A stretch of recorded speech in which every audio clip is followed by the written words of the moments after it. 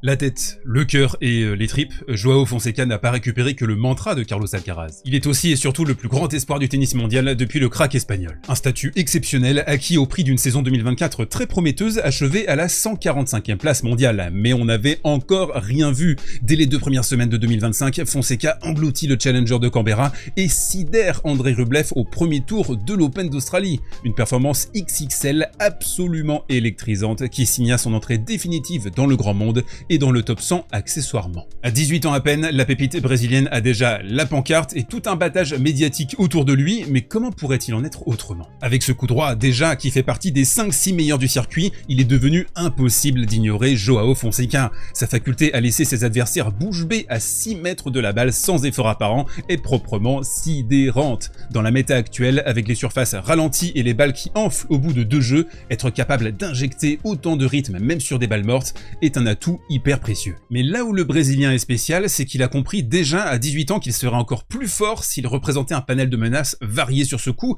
à l'instar d'Alcaraz. Amorti bien distillé, appréhendé comme un coup d'attaque en profitant de la profondeur générée par son jeu, feinte d'amorti rallongée à la Roger Federer et même quelques petites improvisations tout en touché au filet, Fonseca fait bien plus qu'écraser bêtement la balle sur le court. Cette palette, on peut aussi l'observer via ses petits retours anticipés surprises à l'intérieur du court ou via ses contres en revers téléguidés sur ce décalage coup droit un peu tendre d'Etcheverry par exemple, un ancien quart de finaliste à Roland Garros qui l'a fait passer pour un joueur de Bilboquet cette semaine à Buenos Aires.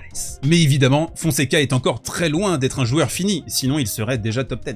Ses déplacements, même s'ils sont en très net progrès depuis l'année dernière, restent à des années-lumière de ceux d'Alcaraz ou de Sinner. Son tennis est encore un peu rustique et il doit combattre une certaine nervosité dans son jeu assez nette en fin de premier set face à Etcheverry et même carrément évidente en début de rencontre contre Coria. En s'entêtant à placarder des coups droits sans idée, Fonseca nous a rappelé qu'il était encore très loin de l'âge de la maturité. Et c'est justement dans la difficulté qu'on peut vraiment observer la nature d'un joueur. Et ce qui frappe quand on observe Fonseca, qu'il soit en difficulté ou non d'ailleurs, c'est sa grande personnalité sur le court. Ses points serrés, son attitude globale, ses expressions et l'emprise qu'il semble déjà avoir sur ses émotions.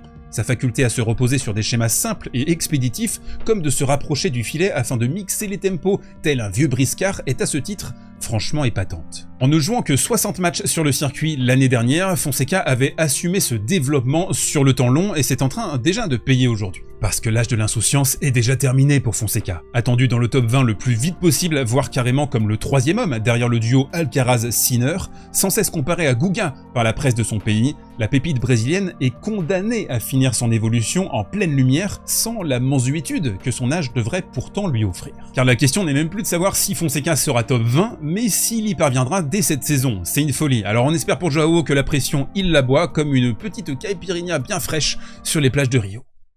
Pourquoi j'ai parlé de ça, moi ?